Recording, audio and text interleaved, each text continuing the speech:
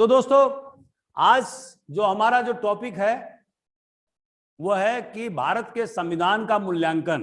पिछले 70 साल में हिंदुस्तान के संविधान ने किस प्रकार से काम किया है, तो उसके बारे में आज हम आगामी 1 घंटे तक हम आपसे चर्चा करेंगे। तो दोस्तों आप जैसा कि जानते हैं कि हमारा संविधान का जो पहला अधिवेशन हुआ था वो कब हुआ था? अधिवेशन शुरू हुआ था कब? 9 दिसंबर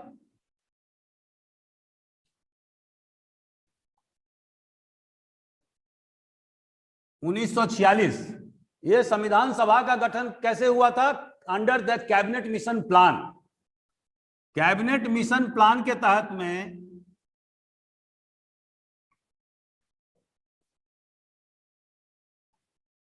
cabinet mission plan 1946।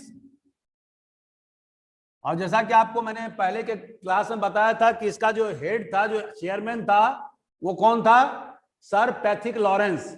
Cabinet mission का ये कौन थे? Secretary of state for India sir Pethick. दूसरे मेंबर, 3 मेंबर था इसमें। सर पैथिक लॉरेंस इसके हेड थे, दूसरा स्ट्रैफोर्ड क्रिप्स और तीसरा एवी एलेक्जेंडर। ये तीनों मेंबर जो है कैबिनेट मिशन के सदस्य थे।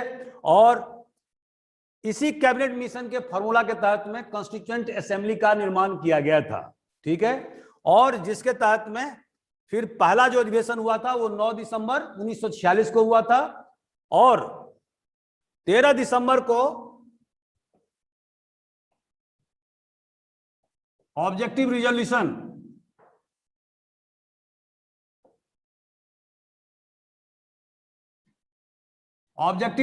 जवाहरलाल नेहरू के द्वारा पेश किया गया था और उसको 23 दिसंबर को उसको पारित किया गया था, ठीक है। 23 दिसंबर 1946 को। हमारे संविधान को जैसा कि आप जानते हैं कि 2 साल 11 महीना 17 दिन लगा था और यह संविधान बनकर के तैयार हुआ था 26 नवंबर 1949 को। और इसीलिए 26 नवंबर 1949 को क्या कहते हैं? Lawyers day. लॉयर्स डे भी कहते हैं इसको। इसी दिन हमारे संविधान को अंगीकार किया गया था, एडॉप्ट किया गया था। और इस पर 284 सदस्यों ने दस्तखत किए थे। 284 members of the constituent assembly signed over the constitution of India. तो आपको पता है कि जो संविधान के जो ड्राफ्टिंग कमेटी थे उसके चेयरमैन कौन थे? B.R. अम्बेडकर।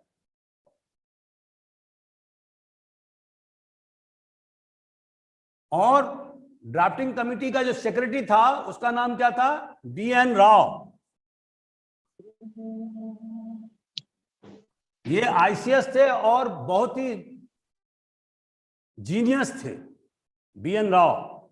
तो वर्चुअली में B.N. राव के द्वारा ही सबसे पहले ड्राफ्ट तैयार किया गया था। उसके बाद में फिर डॉक्टर B.R. अम्बेडकर ने उसको परिमार्जित किया, परिष्कृत किया और उनके साथ में जो बहुत सारे मेंबर, जो 5 मेंबर थे, उन्होंने उसको रिव्यू किया और फाइनली तैयार किया जाकर के फिर उसको कॉन्स्टिट्यूएंट असेंबली में डिबेट के लिए प्रस्तुत किया। तो इस तरह से हमारे संविधान का निर्माण हुआ।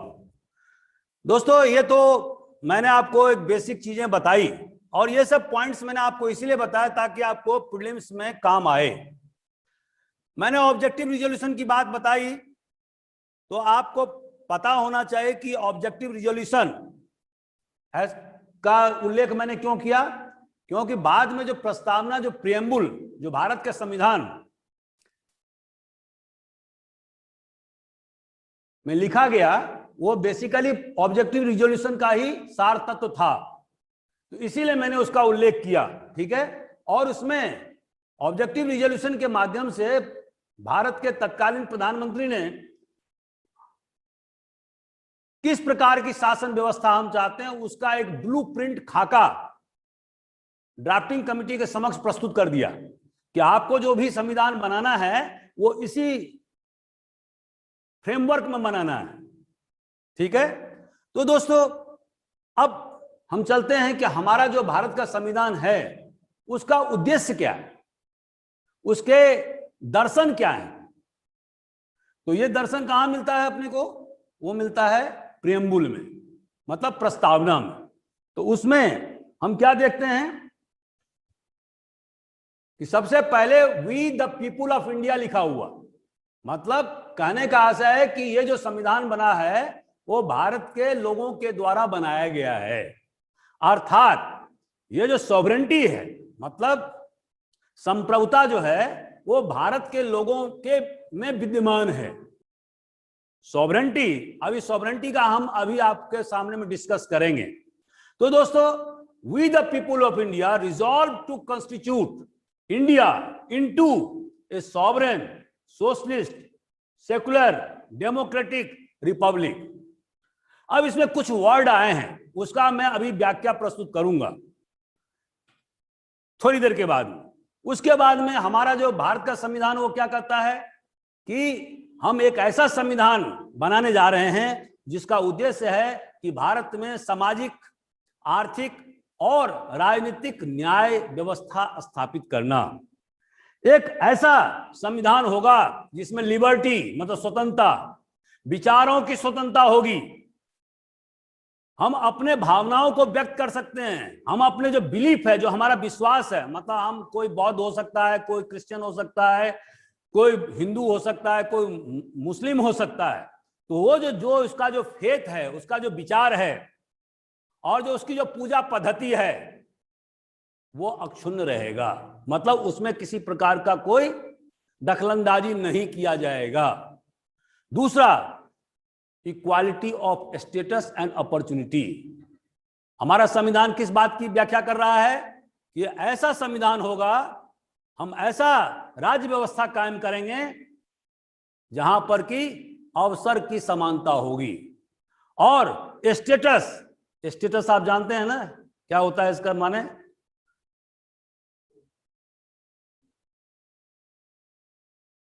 कि जो पोजीशन जो है, हर आदमी का जो स्टेटस है, जो उसका पोजीशन है समाज में, वो बराबर होगा।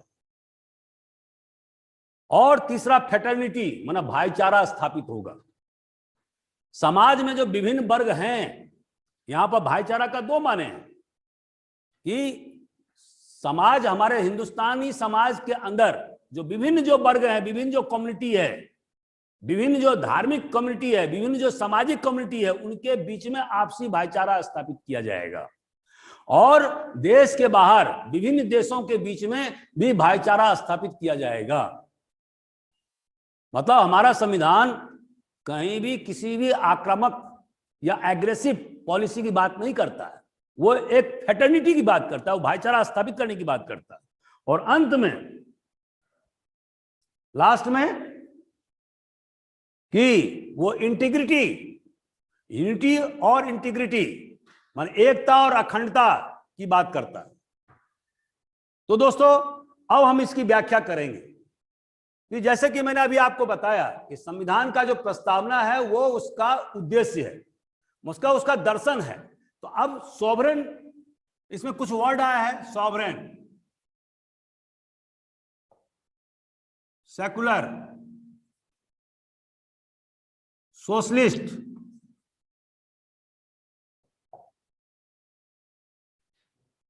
डेमोक्रेटिक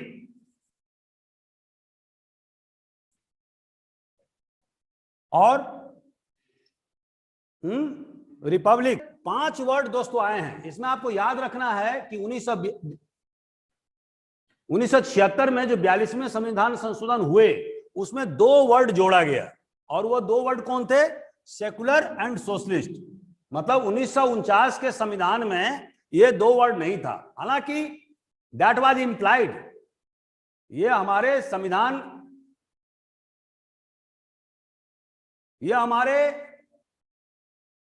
संविधान का जो ताना बाना था, जो उसका स्ट्रक्चर था, उसका जो फंक्शन था, उसमें सेकुलर और सोशलिस्ट दोनों वर्ड निहित था, लेकिन वो एक्सप्रेसली लिखा हुआ नहीं था। ठीक है। तो दोस्तों, ये 42वें संविधान संशोधन के द्वारा ये 2 वर्ड शामिल किए गए हैं। तो अब इसका माने हम बताना चाहते हैं। जैसे कि सॉवरेन। अब सॉवरेन का मतलब क्या होता है? सार्वभौम। सार्वभौम का मतलब क्या होता है कि एक ऐसा राज्य जो अपने आंतरिक मामले में और बाहरी मामले में स्वतंत्र है, माने उस पर किसी भी अन्य शक्ति का हस्तक्षेप नहीं है। मतलब वो आंतरिक और बाहरी मामले में कोई भी पॉलिसी अख्तियार करने के लिए स्वतंत्र है, उस पर किसी भी प्रकार का भेदभाव नहीं है और कोई भी सत्ता उस पर हस्तक्षेप नहीं कर सकती। तो क्या हमारा देश एक सॉवरेन देश है? क्या हमारे भारतीय संविधान ने जो सॉवरेन मतलब सार्वभौम राज्य का जो अवधारणा प्रस्तुत किया था, क्या हमारा देश खड़ा उतरा इसमें? अब इसका मीमांसा हमें करना होगा। तो आपने देखा होगा कि आजादी के बाद से ही हमारे देश में अनेक प्रकार के संप्रदायवाद यहां घटित हुए, सैकड़ों हजारों दंगे हुए, देश पार्टीशन से गुजरा हुआ था, उसके बाद भी बहुत हिंदू मुसलमान के बीच में दंगे हुए। लेकिन भारत के संविधान ने, भारत के कानून व्यवस्था ने अल्टीमेटली अंतोगत्वा इस संप्रदायवाद के जहर को कंट्रोल या नियंत्रण करने का में सफलता पाई। दूसरा, उसी प्रकार भाषावाद के आधार पर देश में अनेक जगह उपद्रव हुए, आंदोलन हुए, बहुत सारे लोग मारे गए, उसको भी स्टेट रिऑर्गेनाइजेशन कमीशन के द्वारा सरकार ने उन पर विजय प्राप्त किया, विभिन्न प्रकार के स्टेट का गठन किया गया और अब इस मामले में किसी प्रकार का कोई तनाव नहीं है। हालांकि छिटपुट अभी भी तनाव है, जैसे बोडोलैंड का मामला है, गोरखालैंड का मामला है, ये छोटे छोटे मामले अभी भी हैं। लेकिन जो विकराल स्वरूप आजादी के बाद हमारे देश में विभिन्न भाषाई तत्वों के द्वारा अख्तियार कर लिया गया था, उस पर नियंत्रण पा लिया गया है। दोस्तों, इसके बाद में आपने देखा होगा कि पंजाब में खालिस्तान राज्य की अवधारणा की गई थी और वहां पर आतंकवादी गिरोहों ने देश से अलग होने के लिए उन्होंने खालिस्तान का नारा बुलंद किया, लेकिन भारत राज्य की ताकत उन्हें ऐसा करने से रोक दिया। और आप सभी को मालूम है कि नहीं चाहते हुए भी भारत सरकार ने ऑपरेशन ब्लू स्टार चलाया और वहां जो विध्वंसकारी गतिविधियां जो चल रही थी स्वर्ण मंदिर के आसपास और जो आतंकवादी खुला चुनौती दे रहे थे, उस पर पूरी तरह से नियंत्रण पाया गया और आज पंजाब में अमन चैन कायम है। इसी तरह से आसाम में जो बाहरी बांग्लादेश से जो बाहरी लोग जो घुसपैठ करके आए थे 1985 के लगभग में, 1983 के लगभग में बहुत जबरदस्त आंदोलन चला था, सैकड़ों हजारों लोग मारे गए थे। लेकिन भारत सरकार ने वहां भी आसाम एकॉर्ड मतलब समझौता किया। उसके बाद मिजोरम आप देखते हैं लाल डेंगा के नेतृत्व में, वहां भी विभाजनकारी तत्व बहुत जोर शोर से चला था, लेकिन भारत सरकार ने अंतोगत्वा मिजो के साथ में और उनके नेता लाल डेंगा के साथ में समझौता करके और मिजोरम को एक पृथक राज्य का दर्जा दे करके वहां की समस्याओं को पूरी तरह से समाप्त कर दिया। लेकिन अभी भी आंतरिक मामले में जहां तक हम देख रहे हैं कि जम्मू कश्मीर के मामले में पाकिस्तान से प्रायोजित जो आतंकवाद है पिछले 30 साल से खुल्लम खुल्ला कश्मीर में तांडव मचाता रहा है। हजारों लाखों लोगों को दोनों तरफ मारा गया है, बहुत सारे पुलिस वाले भी मारे गए हैं, बहुत सेना के जवान भी घायल हुए हैं, बहुत सारे आतंकवादी भी मारे गए हैं। और सरकार ने अब क्या किया, 308 370 को समाप्त कर दिया और जम्मू कश्मीर का जो स्टेट का दर्जा था उसको यूनियन टेरिटरी में केंद्र प्रशासित क्षेत्र का दर्जा दे दिया। इसका परिणाम क्या हुआ? इसका परिणाम यह हुआ है कि अब जो जिस प्रकार से पहले इतने जबरदस्त आतंकवादी घटना चल रही थी, अब उस पर पूरी तरह से नियंत्रण स्थापित कर लिया गया है। लेकिन दोस्तों, एक जगह जो है अभी भी सरकार लगातार प्रयास कर रही है, और वो है नक्सलवाद। जैसा कि आप जानते हैं, ये नक्सलवाद अभी हाल में ही 22 पुलिस वालों की हत्या नक्सलियों के द्वारा किया गया बस्तर में, बीजापुर जिले के अंदर में, छत्तीसगढ़ राज्य में पड़ता है बीजापुर जिला। और पिछले 40 साल से ये नक्सलवाद जो है हमारे देश का एक बहुत बड़ा गंभीर मुद्दा है। पहले तो इसका प्रचार प्रसार बहुत ज्यादा था, खास करके आप जानते होंगे वेस्ट बंगाल में था, जहां पर से यहाँ इसकी उत्पत्ति हुई नक्सलवादी से। लेकिन अभी जो है वो नक्सलवाद केवल बस्तर और उड़ीसा के भूभाग में और महाराष्ट्र के कुछ इलाकों में, गढ़चिरौली वगैरह में अभी एक्टिव है, लेकिन बाकी जगह जो है उन पर नियंत्रण पा लिया गया। लेकिन अभी भी ये सरकार के लिए बहुत जबरदस्त चुनौती है और इसको नियंत्रण करना बहुत जरूरी है, ताकि ये जो अपनी जो ये नक्सलवादी लोग जो अपनी मनमानी चलाते हैं, अपना कोर्ट, लोकल कोर्ट का संचालन करते हैं, जहां पर कि राज्य की सत्ता को चुनौती दिया जाता है, तो उसको कंट्रोल करना बहुत जरूरी है। और मुझे उम्मीद है कि कुछ दिनों में इस पर भी काबू पा लिया जाएगा। तो दोस्तों, इसी तरह से हम बाहरी मामले में क्या देखते हैं, जब हमारा देश आजाद हुआ तो उस समय में कोल्ड वार का जमाना था।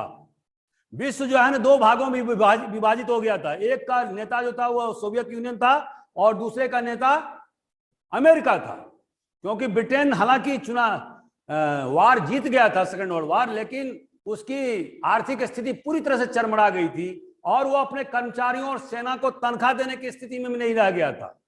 तो बेसिकली जो कैपिटलिस्ट मतलब पूंजीपतियों का जो नेता हो गया वो स्वाभाविक रूप से अमेरिका हो गया, क्योंकि ब्रिटेन की हालत बहुत ही नाजुक हो गया था।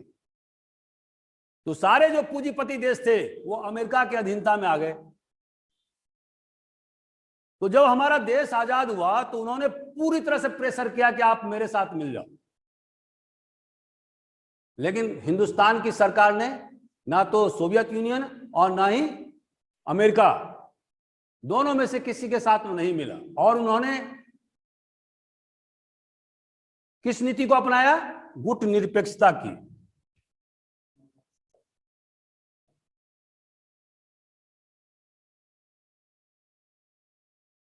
दोस्तों, ये नॉन अलाइनमेंट पॉलिसी क्या है?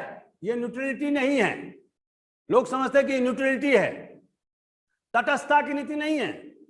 यह है कि इशू बेस्ड, किसी भी ज्वलंत मुद्दे पर भारत सरकार अपना पक्ष प्रस्तुत करेगी। वो ना तो सोवियत यूनियन के खेमा में रहेगी और ना अमेरिका के खेमा में रहेगी, लेकिन वो विश्व के किसी भी ज्वलंत समस्या पर अपना पक्ष प्रस्तुत करेगी। और साथ ही साथ दोनों खेमे में से जहां से भी उसे सहायता प्राप्त होगा, एड प्राप्त होगा, वहां से वो एड लेगी। क्योंकि भारत 200 वर्षों के गुलामी के बाद में आजाद हुआ था, उसे नवनिर्माण करना था, उसको पूंजी की आवश्यकता थी और इसीलिए उसे जहां से भी धन मिला उसको उसने सहर्ष स्वीकार किया। इसलिए आपने देखा होगा कि बड़े बड़े जो इस्पात के जो कारखाने जो लगे, ठीक है, वो सभी दूसरे दूसरे जो देश हैं उसके सहयोग से हमारे देश में स्थापित हुआ और आज हम बेसिक इंडस्ट्री के मामले में आत्मनिर्भर है। ठीक है, तो कहने का आशय है कि हमने बाहरी मामलों में भी अपने संप्रभुता को गुलामी या बंधक नहीं रखा, जिस तरह से पाकिस्तान ने रखा।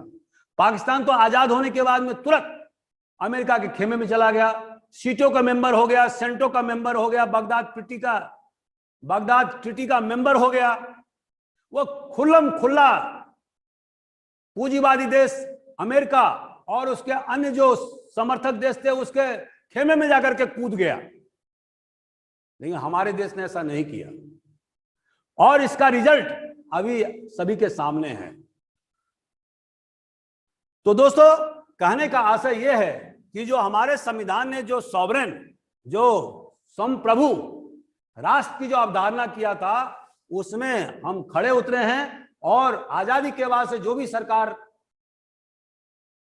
इस देश में काम किया है, उन्हें संप्रभुता पर किसी प्रकार का कोई समझौता नहीं किया। चाहे वो पंजाब का मामला हो या उत्तर पूर्वी क्षेत्र का मामला हो या नक्सलवाद का ही मामला क्यों नहीं हो, संप्रदायवाद का मामला क्यों ना हो, सारे मामलों पर भारत सरकार चट्टान की तरह खड़ी रही है और आंतरिक और बाहरी मामले में उसने अपना एक स्वतंत्र नीति अख्तियार किया है। दूसरा पॉइंट क्या है, पहले हम रिपब्लिक को लेते हैं। दोस्तों, रिपब्लिक का मतलब क्या होता है? एक ऐसा देश जहां पर कि जो हेड ऑफ द स्टेट जो होगा वो चुना हुआ प्रतिनिधि होगा, माने कोई राजा नहीं होगा, कोई महाराजा नहीं होगा, कोई वंशानुगत शासक नहीं होगा। जैसे कि ब्रिटेन में आप देखते हैं वहां पर महारानी शासक है या महाराजा शासक था पहले, या हाल तक नेपाल में महाराजा शासक था। लेकिन यहां हम क्या देखते हैं, हमारे देश का जो राष्ट्रपति है वो क्या है, हेड ऑफ द स्टेट, और वो जनता का प्रतिनिधि है, वो कोई वंशानुगत शासक नहीं होता। और अभी तक आपने देखा होगा कि 1950 के बाद से ही लगातार हमारे देश में राष्ट्रपति, उपराष्ट्रपति, तो राष्ट्रपति का चुनाव होता है। इसका मतलब है रिपब्लिक, माने मतलब गणतंत्र।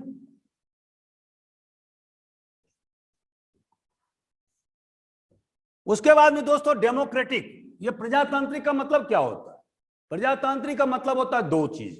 पहला कि हर आदमी को वोट देने का अधिकार हो, अपना प्रतिनिधि चुनने का अधिकार हो, जो बैंकरप्ट नहीं है, जो दिवालिया नहीं है, जो मानसिक रूप से कमजोर नहीं है, मेंटली रिटार्डेड नहीं है, अगर वो स्वस्थ है और वो भारत का नागरिक है तो उसे वोट देने का अधिकार, राइट टू वोट है, जैसे कि हमारे देश में है। और यहां पर किसी प्रकार का कोई भेदभाव नहीं किया गया है। हर व्यक्ति को एक वोट देने का अधिकार है, चाहे वो ऊंचे वर्ण का हो चाहे वो निचले वर्ण का हो, हर वर्ण को वोट देने का अधिकार है। और दूसरा माने क्या होता है कि हर व्यक्ति को चुनाव जीतने का right to get elected, right to gate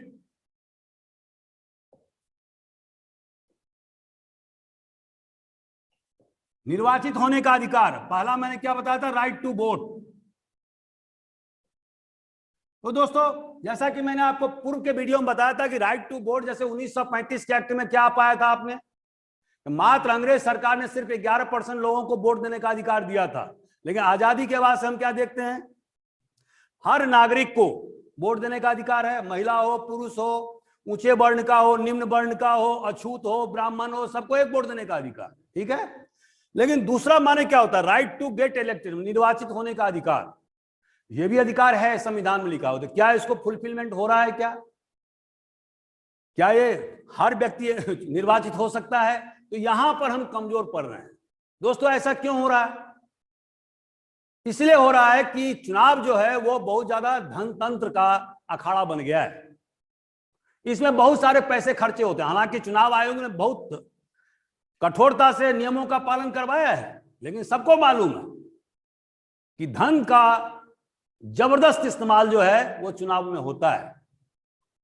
muscle power का इस्तेमाल होता है, वेल्थ पावर का इस्तेमाल होता है।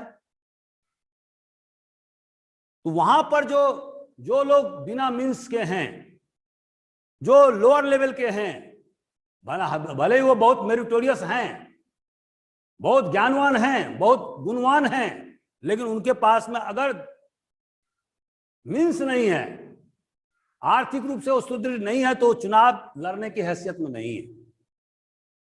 ठीक है। तो इस कमजोरी को दूर करने का प्रयास हमें आने वाले दिनों में करना होगा दोस्तों।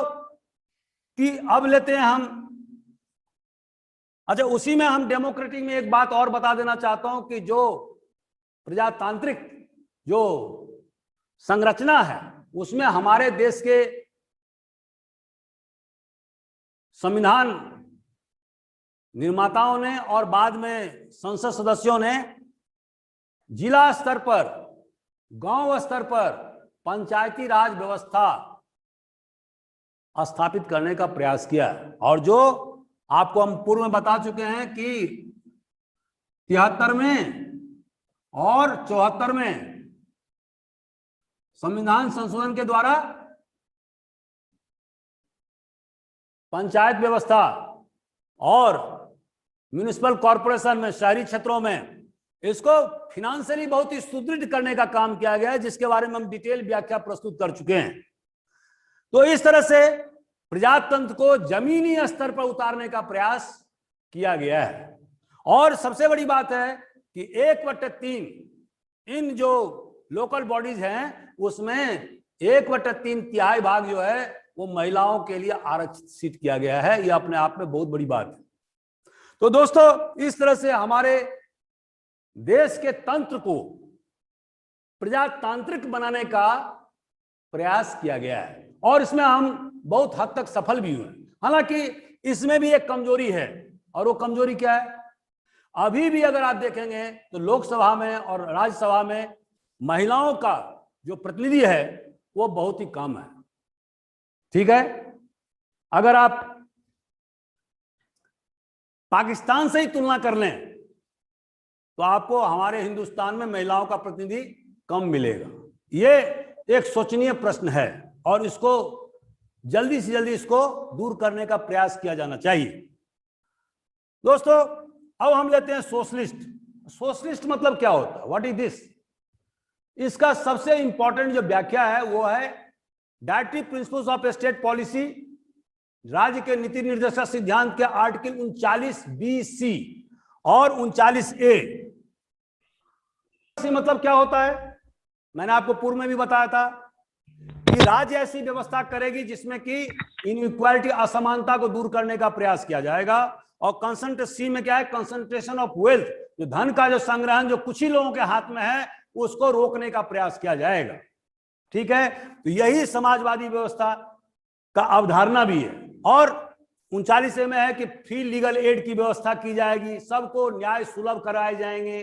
ठीक है, तो दोस्तों यही सोशलिस्ट समाजवादी व्यवस्था का परिचायक भी है। लेकिन इसका मतलब यह नहीं है कि जो बड़े बड़े जो धनना सेठ हैं, जो बड़े बड़े पूंजीपति हैं, उनके धन जो है वो सीज करके, उनको जब्त करके गरीबों में बांट दिया जाए। इसका मतलब यह नहीं होता। This is wrong, this is the socialism of poverty. इसका माने यह नहीं होता। इसका माने यह होता है कि राज्य एक ऐसा व्यवस्था करेगी जिसमें कि एक निचले तबके के लोगों को भी, जो सबसे जो समाज के जो अंतिम छोर पर जो आदमी खड़ा है, उसको भी रोटी, कपड़ा, मकान, रोजगार, शिक्षा और स्वास्थ्य, ये 6 प्रकार की बुनियादी आवश्यकताओं को पूर्ति करना होगा। तो दोस्तों क्या हम इन 6 प्रकार की बुनियादी व्यवस्थाओं को पूरा कर चुके हैं? तो मेरा उत्तर यह है कि अभी भी शासन को या सरकार को काफी इसमें काम करना है। सरकार ने बहुत ज्यादा प्रयास किए हैं, ऐसा नहीं है कि नहीं किया है, बहुत ज्यादा प्रयास किया है।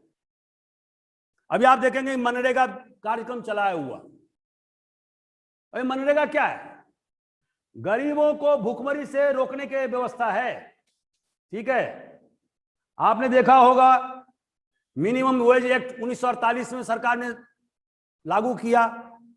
ठीक है, चाइल्ड लेवल प्रोविजन एक्ट और रेगुलेशन एक्ट 1986 भी सरकार ने पारित किया।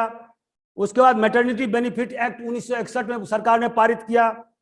इक्वल रेम्यूनरेशन, माने सभी के लिए, पुरुष और महिला सभी के लिए समान काम, समान वेतन, इसका भी कानून जो है 1976 में इमरजेंसी के दौरान इंदिरा गांधी की सरकार ने पास किया था। आपने देखा होगा कि कॉटेज इंडस्ट्री जो आर्टिकल 43 में है कि कॉटेज इंडस्ट्री को बढ़ावा दिया जाए, इसके लिए सरकार ने handloom board, handicraft board, coir board, silk board, इस सब की स्थापना किया हुआ। हालांकि ये इतने इफेक्टिवली काम नहीं कर रहे जितना करना चाहिए था, ठीक है। और आज अंग्रेजों के आने के पहले जिस प्रकार के कॉटेज इंडस्ट्री या हैंडीक्राफ्ट इंडस्ट्री हिंदुस्तान में चल रहे थे, वो अभी भी वो उस ऊंचाई पर 70 साल के बाद नहीं पहुंच पाए हैं। यह हमारे लिए एक चिंता का विषय है, ठीक है दोस्तों। लेकिन गरीबों को मदद करने के लिए इंटीग्रेटेड रूरल डेवलपमेंट प्रोग्राम 1989, स्वर्ण जयंती रोजगार योजना, मनरेगा का कार्यक्रम, और इसके तहत में सभी को 100 दिनों के लिए आवश्यक रोजगार की व्यवस्था करना, ये सारे जो कदम हैं वो क्या है, सोशलिस्ट माने समाजवादी व्यवस्था को लागू करने की और एक विशेष कदम है। लेकिन दोस्तों इसमें भी हम क्या देखते हैं कि कुछ कमियां हैं, और वो कमियां क्या है, अभी भी अगर आप देखेंगे तो हमारे देश का 20% जो जनता है, 20 से 25% जनता, वो भी आज की तारीख में गरीबी रेखा के नीचे में है। गरीबी रेखा के नीचे है।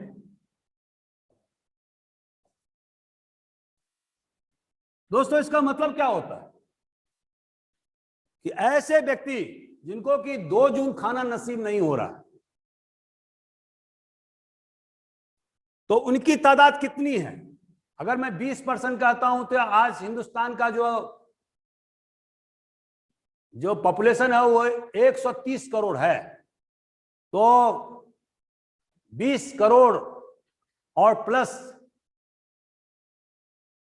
मतलब लगभग 25-26 करोड़, 26 करोड़ जनता जो है ना अभी भी जो है वो गरीबी रेखा के नीचे में। इसको हमें दूर करने का प्रयास करना चाहिए। सरकार प्रयास कर रही है, हालांकि अभी जो कोरोना का काल जो चल रहा है उसमें बहुत सारी योजनाएं अस्त व्यस्त हो गई हैं। ये बहुत ही विचित्र महामारी के पीरियड से हम गुजर रहे हैं हम लोग, लेकिन सरकार जो चाह रही थी कि हम कृषि को लाभ का धंधा बनाएंगे और 2022 तक कृषकों को आमदनी दोगुनी कर देंगे, और कृषि में जो अभी जो जीडीपी में कृषि का जो हिस्सा जो 14% है उसको बढ़ा करके हम 20% करेंगे।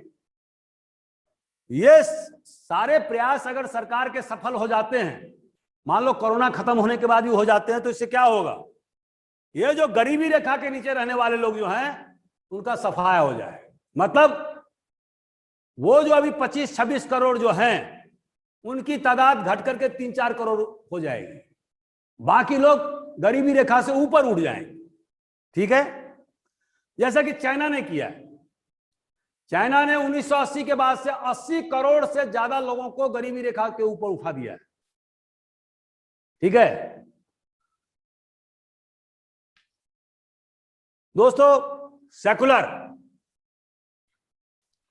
अब सेकुलर का जो अर्थ होता है वो क्या होता है, पंथ निरपेक्ष।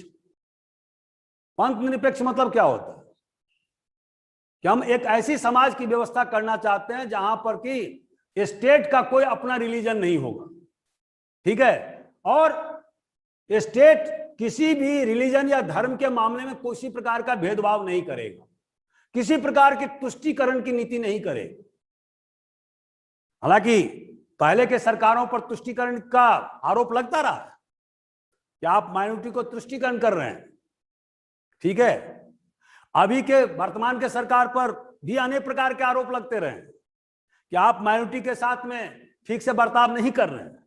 लेकिन अगर समग्र दृष्टिकोण से अगर आप देखें और अगर व्यापक फलक पर अगर आप सोचें कि जहां पर हमारा देश स्थित है, तो आप क्या देखते हैं कि एक तरफ सिंगापुर और दूसरी तरफ इजराइल और तीसरी तरफ हिंदुस्तान, इतनी धार्मिक आजादी, स्वतंत्रता आपको और कहीं नहीं मिलेगी। जहां पर कि आर्टिकल 25, 26, 27, 28, 29, 30 के माध्यम से कमजोर वर्गों, माइनॉरिटी, जो अल्पसंख्यक तबके के लोग हैं, उनको पूरी आजादी दी गई है कि वो अपने कल्चर को सुरक्षित रखें, अपने स्क्रिप्ट को सुरक्षित कर सकें, अपनी इंस्टीट्यूशन को खड़ा कर सकें। इतनी जो व्यवस्थाएं हैं वो आपको, और इतनी सुरक्षा व्यवस्था आपको इस एशिया के भूभाग में केवल सिंगापुर और इजराइल को छोड़कर के आपको कहीं नहीं मिले। ये हमारी बहुत बड़ी उपलब्धि है। छिटफुट बीच बीच में कभी कभी कुछ लिंचिंग वगैरह की घटना होती है, लेकिन ये बहुत ही कम और एक्सेप्शन है।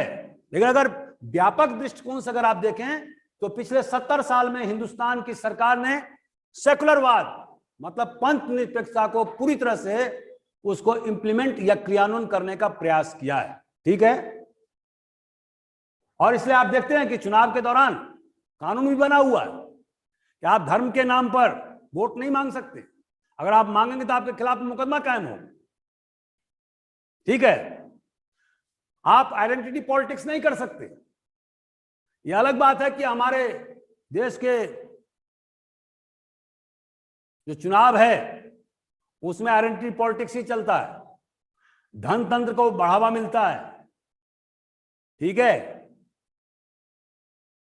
क्रिमिनल का और पॉलिटिशियन का गठजोड़ देखने को मिलता है, धन तंत्र का गठजोड़, मसल पावर का गठजोड़ मिलता है। और जिसी कारण से मैंने कहा कि राइट टू गेट इलेक्टेड जो हमारा जो मूल जो अधिकार है, वहां पर संविधान अभी भी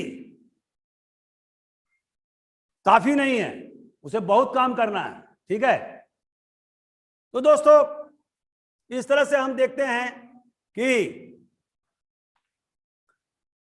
भारत के संविधान की जो प्रस्तावना है उसमें जो मुख्य उद्देश्य जो लिखे गए हैं उसको बहुत हद तक क्रियान्वयन करने का प्रयास किया गया है। दूसरा, संविधान में कहा गया है कि हम जस्टिस पॉलिटिकल,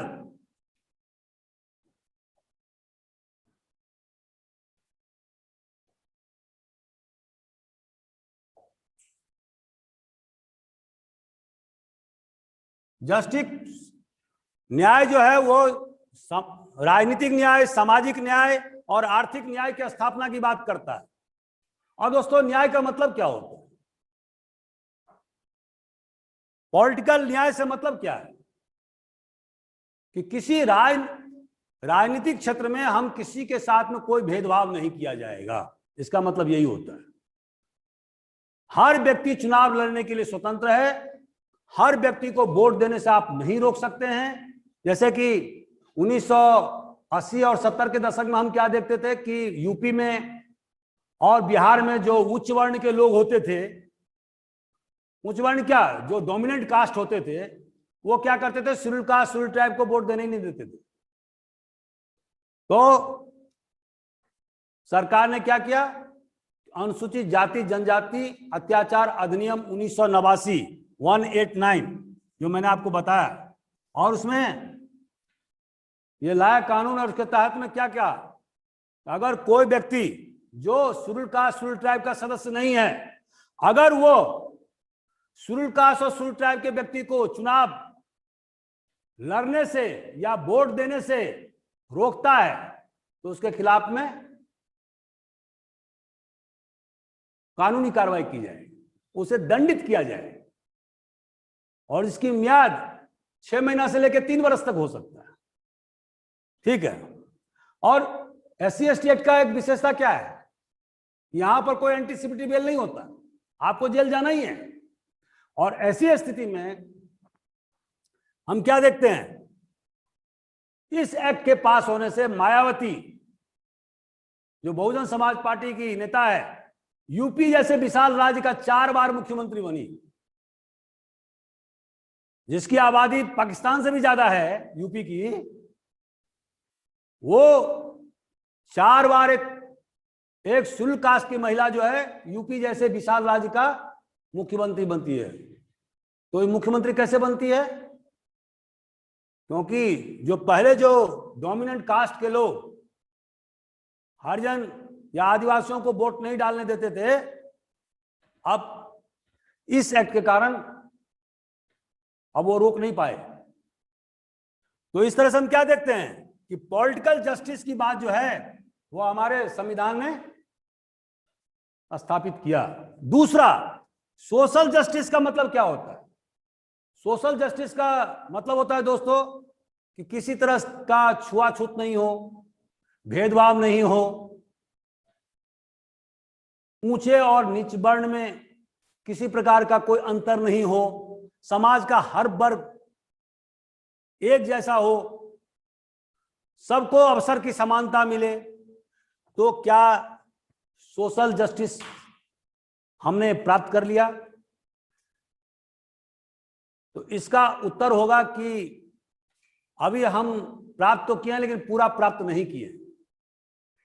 आपने देखा होगा कि सोशल जस्टिस प्राप्त करने के लिए सरकार ने 1955 में protection of civil rights, protection of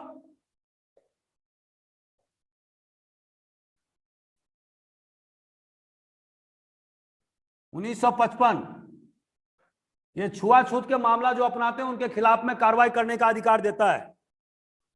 और उसके बाद में SC/ST एट्रोसिटी एक्ट का तो हमने अभी बताया ही आपको।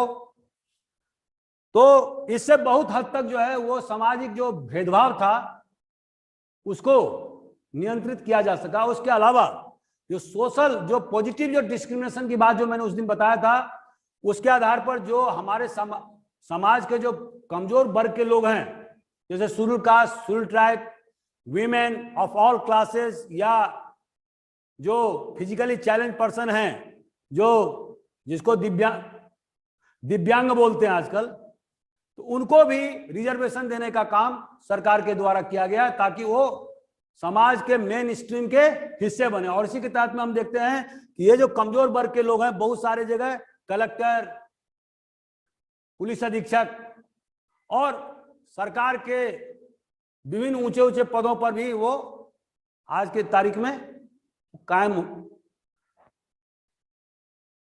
हो गए हैं। दोस्तों, तो इस तरह से क्या इकोनॉमिक जस्टिस, जो आर्थिक क्षेत्र में जो जस्टिस है उसको पूरा किया गया है? तो मैंने अभी आपको बताया कि जस्टिस को कोशिश तो की गई है, लेकिन अभी भी हम आर्थिक क्षेत्र में जो न्याय जो है वो हम पूरी तरह से प्राप्त करने में सफल नहीं हुए। और हम क्या देखते हैं कि धन का संग्रहण जो है ना कुछ लोगों में बढ़ता ही जा रहा है। अगर आप ध्यान से देखेंगे तो आपको पता लगेगा कि 30% जो हिंदुस्तान का जो ऊंचे तबके के लोग हैं, कि 30%, उनके पास में 70% जो है ना रिसोर्सेज हैं, और 30% जो गरीब तबके के लोग हैं, माने 70% जो नीचे तबके के लोग हैं, उनके पास मात्र 30% रिसोर्सेज है। ये जो रिसोर्सेज का, जो संसाधन का जो असमान जो वितरण है, वो जो समाज जो आर्थिक न्याय है उसको प्राप्त करने में बहुत बड़ा बैरियर का, मतलब बाधा का काम कर रहा है। ठीक है, तो इसे दूर करने का प्रयास करना होगा। इस तरह से हमारा संविधान जो है वो equality of status, equality of status and opportunity की बात करता है, फ्रेटर्निटी की बात करता है, ना भाईचारा। तो क्या इक्वालिटी ऑफ स्टेटस, जो हमारा जो समाज में सबका दायरा जो समानता है वो क्या प्राप्त हो गया? क्या हम उस दिशा की ओर अग्रसर हैं? तो इसका जवाब यह है कि संविधान इसमें पूरी तरह से अभी भी सक्षम नहीं हो पाया है। इस समाज में जो ऊंचा और नीचे का जो खाई है वो दिन ब दिन बढ़ता जा रहा है। हालांकि सरकार ने विभिन्न प्रकार के सकारात्मक भेदभाव, जिसको पॉजिटिव डिस्क्रिमिनेशन कहते हैं, उस पॉलिसी को भी चला है। लेकिन जैसा कि आप जानते हैं कि सरकार के पास सरकारी नौकरी होती है, अब वो एक लिमिटेड उसका क्षेत्र होता है। आज का जमाना क्या है? एलपीजी का जमाना है, लिबरलाइजेशन, प्राइवेटाइजेशन, ग्लोबलाइजेशन, जहां पर कि रोजगार के असीमित साधन है और इसमें सरकार का तो कोई नियंत्रण है नहीं। तो यहां पर जो कमजोर वर्ग के लोग हैं वो पिछड़ जा रहे हैं। और अभी आप देखेंगे कि 2 करोड़, 4 करोड़, 5 करोड़ का जो पर्क फैसिलिटी जो प्राइवेट सेक्टरों के जो द्वारा दिया जा रहा है, वहां पर अगर आप एससी, एसटी या वीकर सेक्शंस के लोगों को का अगर आप एनालिसिस करेंगे तो आप देखेंगे ये कहीं नहीं है। ऐसा क्यों है? वो इसीलिए कि इक्वालिटी ऑफ स्टेटस को प्राप्त करने में हम असफल रहे हैं।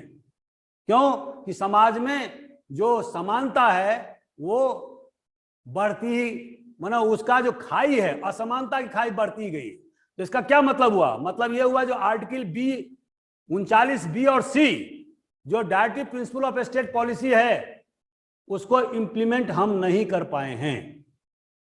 इस ओर हमें अग्रसर होना पड़ेगा। दूसरा, फ्रेटर्निटी की बात दोस्तों, भाईचारा की बात करता है, जैसा मैंने अभी आपको बताया। लेकिन अभी आप क्या देख रहे हैं कि समाज में वोट पॉलिटिक्स के द्वारा, इलेक्शन पॉलिटिक्स के तहत में क्या देखते हैं कि समाज में बिलगाव होता जा रहा है। जैसा कि मैंने एक पूर्व के वीडियो में कहा था कि वर्टिकल जो कास्टिज्म है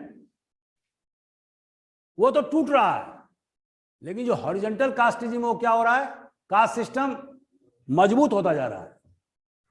और इसके तहत में हम क्या देख रहे हैं कि चुनाव जो हो रहे हैं उसमें राजनीतिक पार्टियां चुनाव लड़ करके, असली में चुनाव कौन लड़ रही है? कास्ट, जातियां चुनाव। और वो क्या कर रही है? 2-3 कास्ट एक साथ जमा होकर के, गोलबंद होकर के फिर चुनाव लड़ती है।